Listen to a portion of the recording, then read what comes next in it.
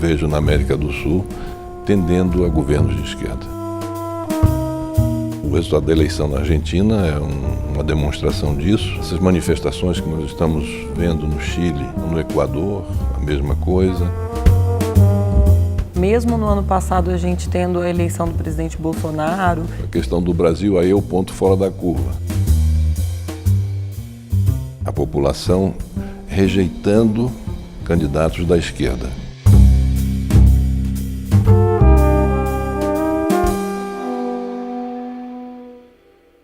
O senhor é presidente do Grupo Parlamentar Brasil-Argentina e nós tivemos na Argentina uma eleição em que um movimento de esquerda chegou novamente ao poder, uma coalizão de esquerda.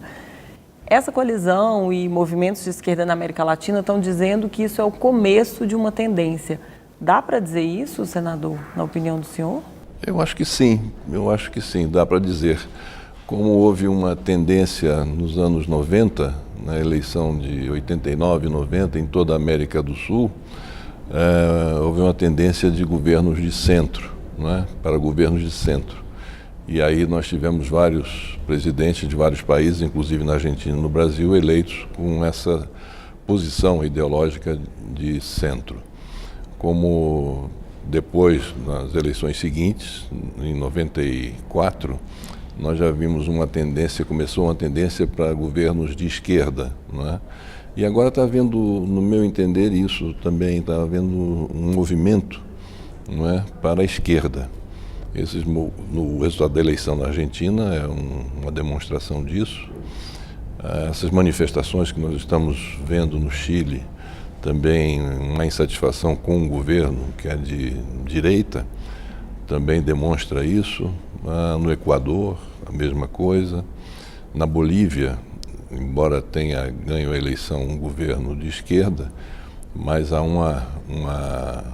se manteve, mas, por outro lado, há uma manifestação da direita contrário ao resultado da eleição, porque dizem que houve fraude, enfim. No Uruguai, a esquerda, embora tenha ganho no primeiro turno, mas no segundo turno os colorados parece que vão ficar ao lado dos blancos, não é? Que é um partido da direita. Então está havendo algum movimento, sim, eu vejo na América do Sul, tendendo a governos de esquerda.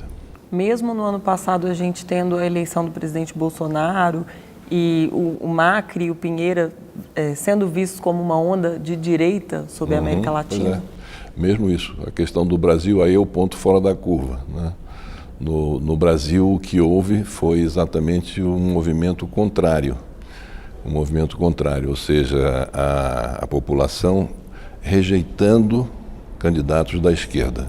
Entre os dois candidatos, eles, não foi por opção, mas foi por uma decisão de não ter para onde correr, votaram no candidato da direita, que é o atual presidente do Brasil.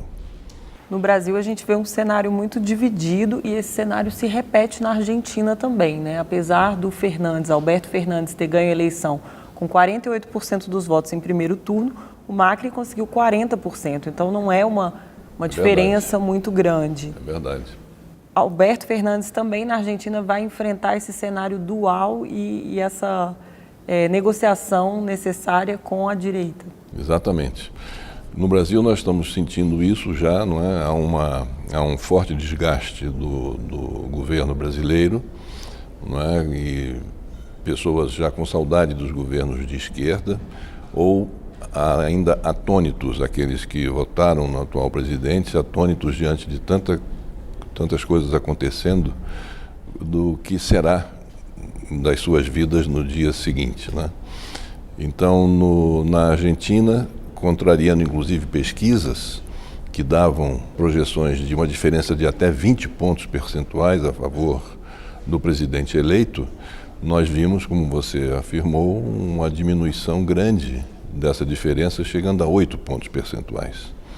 Então foi uma reação grande que houve do atual presidente Macri, e isso fica explícito na composição do Congresso, tanto na Câmara como no Senado. Na Câmara, o Macri conseguiu manter uma maioria.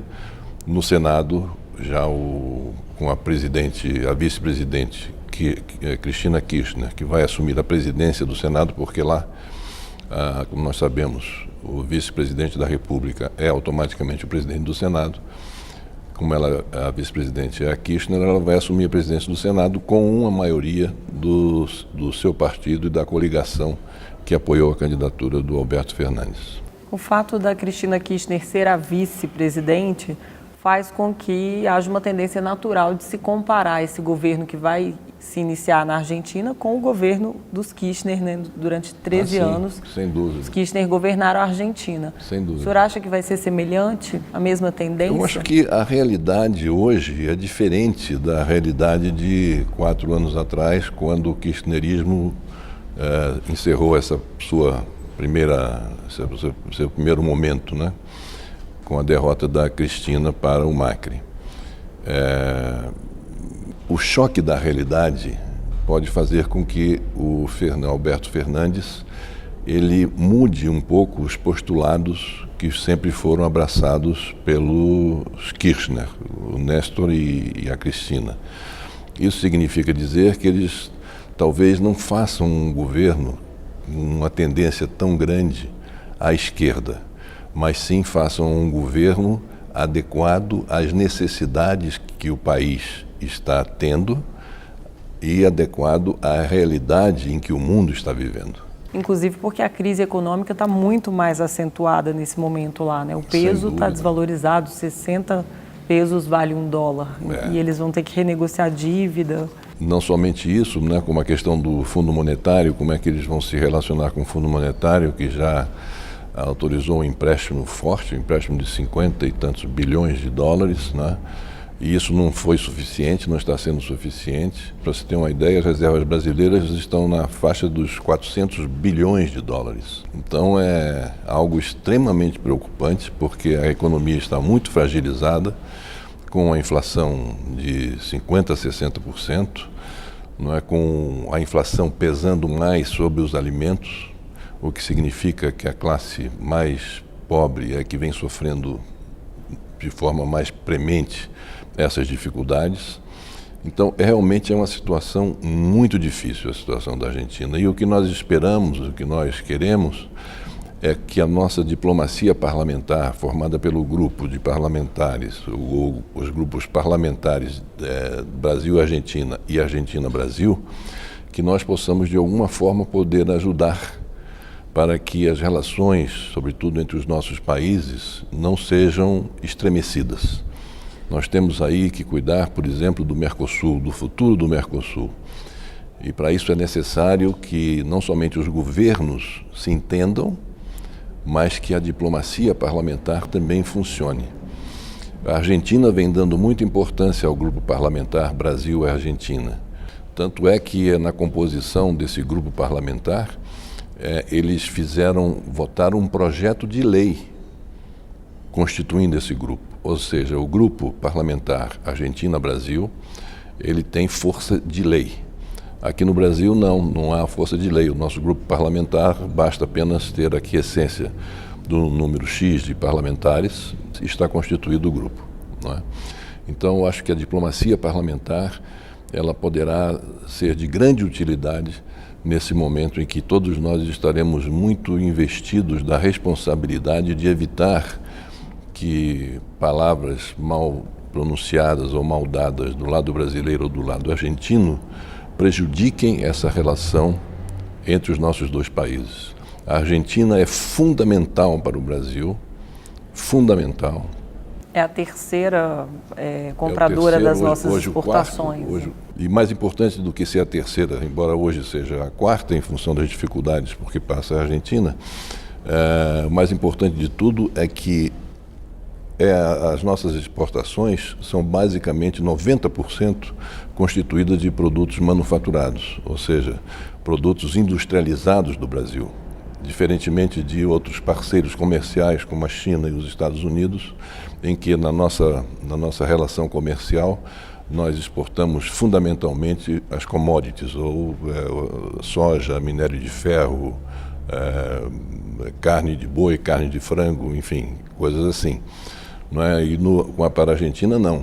Para a Argentina é o nosso principal parceiro e o principal importador de produtos industrializados que o Brasil tem, para se dar a importância da nossa relação. Além disso, nós temos uma grande responsabilidade, porque o Brasil e a Argentina assinaram em 1991 um acordo de fazer a utilização da energia atômica apenas para fins pacíficos, acabando com a corrida armamentista dos anos 70 e 80 que havia entre a Argentina e o Brasil, para saber qual dos dois países conseguiria chegar primeiro ao conhecimento do átomo para assim construir o seu artefato atômico. E isso até hoje nunca tivemos nenhum tipo de problema, o que demonstra o grande acerto da medida que foi tomada lá atrás. Tem um acordo de Itaipu também e o próprio Mercosul, né? Sim, o acordo de Itaipu, que é um acordo que tem mais importância, assim, relativa, também é importante a Argentina, sem dúvida, mas tem uma importância maior na questão do Paraguai, não é? Mas a questão do Mercosul, sem dúvida. Então, é muito importante que haja ponderação, moderação, uma boa condução da nossa política externa em relação à Argentina, como também da Argentina em relação ao Brasil.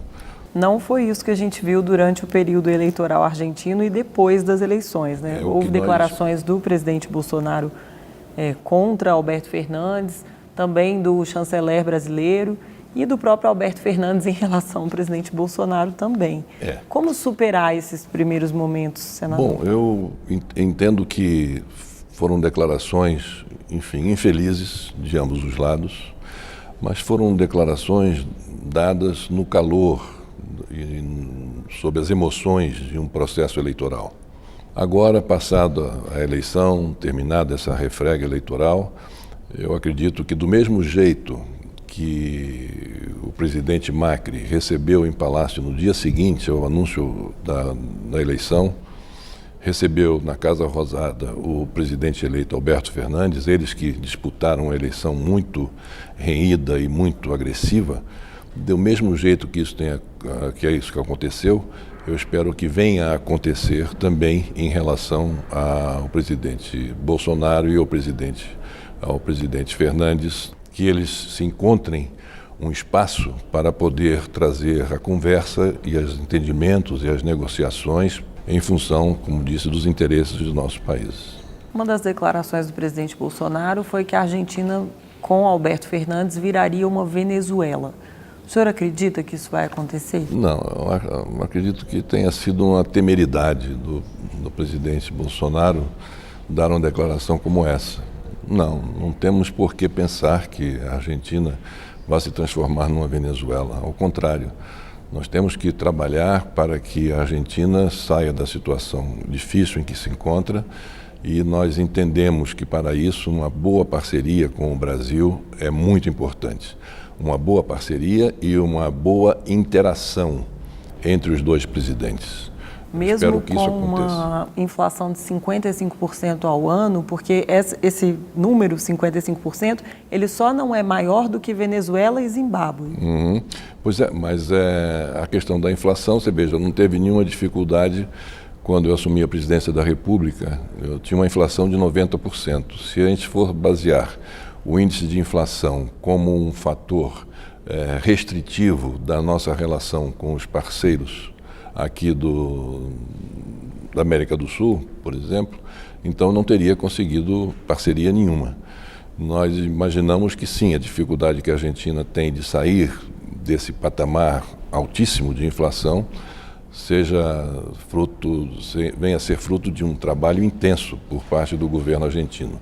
Mas trabalho este que será muito mais facilitado se houver uma perfeita compreensão entre os dois governos, no sentido, do lado do Brasil, de preservar a Argentina como um principal parceiro dele na América do Sul, na América Latina. Aquele país que mais importa produtos manufaturados é a Argentina, mesmo comparando com as exportações que nós fazemos, como disse, para esses países e a comunidade europeia, aqui eu já citei.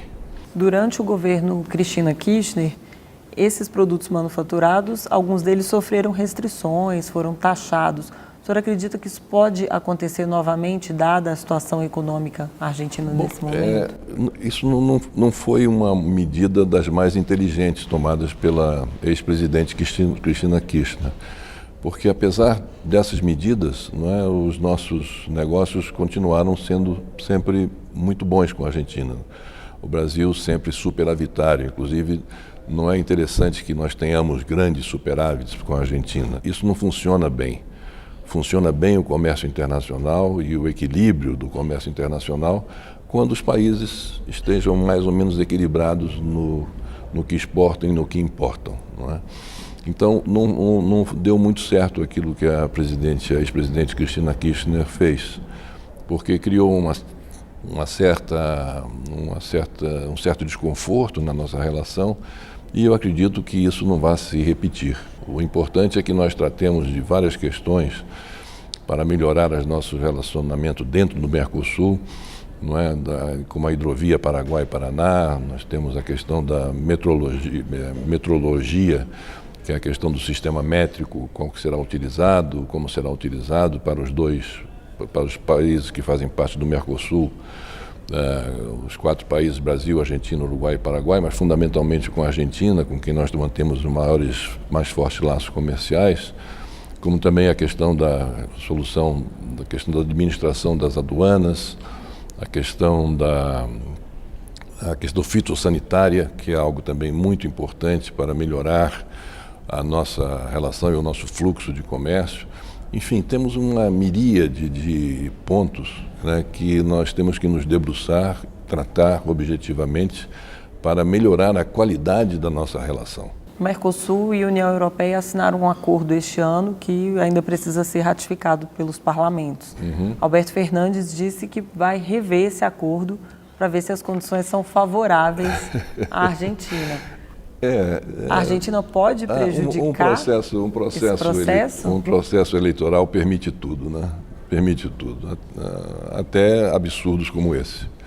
Naturalmente, ele falou em função dessa coisa, o desencadear de paixões no processo eleitoral.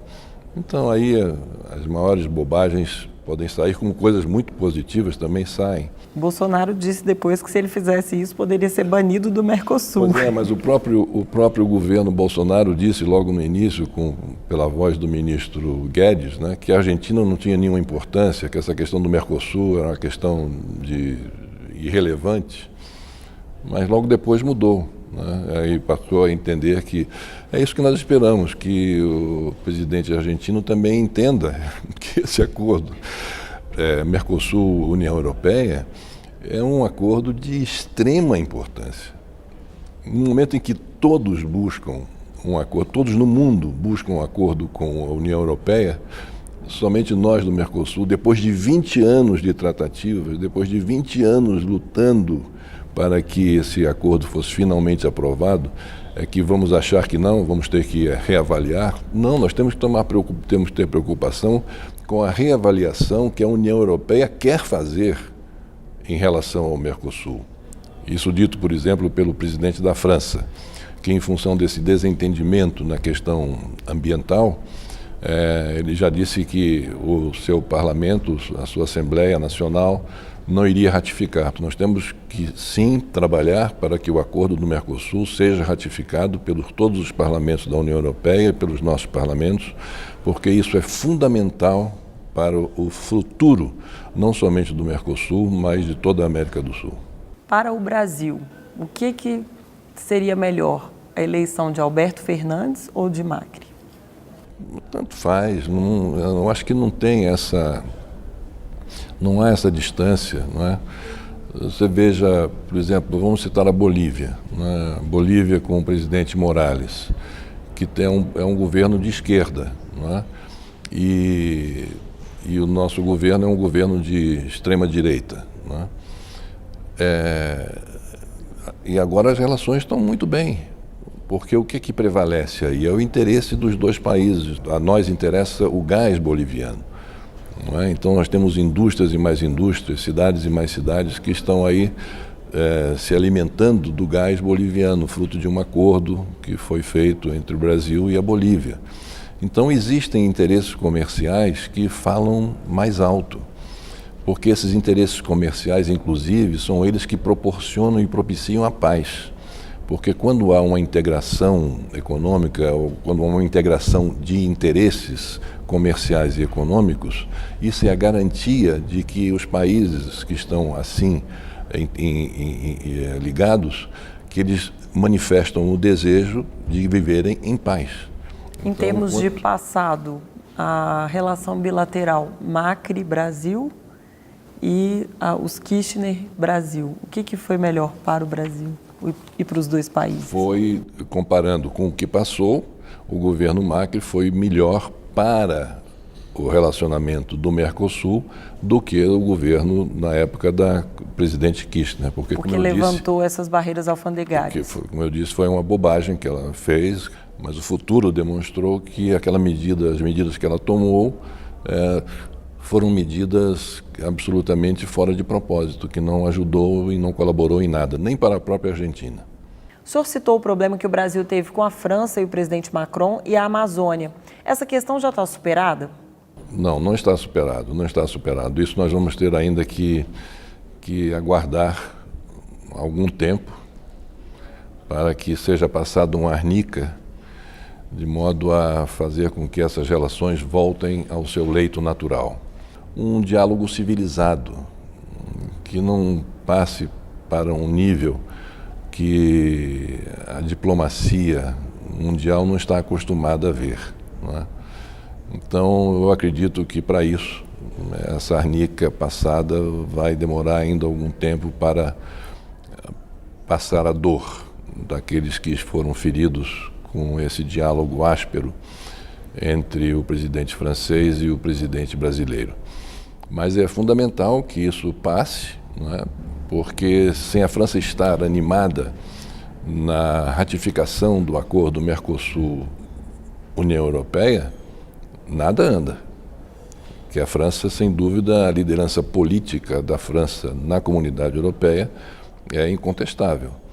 Então, além disso, essa posição da França de não ratificar o acordo por enquanto é uma posição que agrada ao público interno do Macron, porque a França protege muito a sua agricultura, aqueles que se dedicam à produção no campo.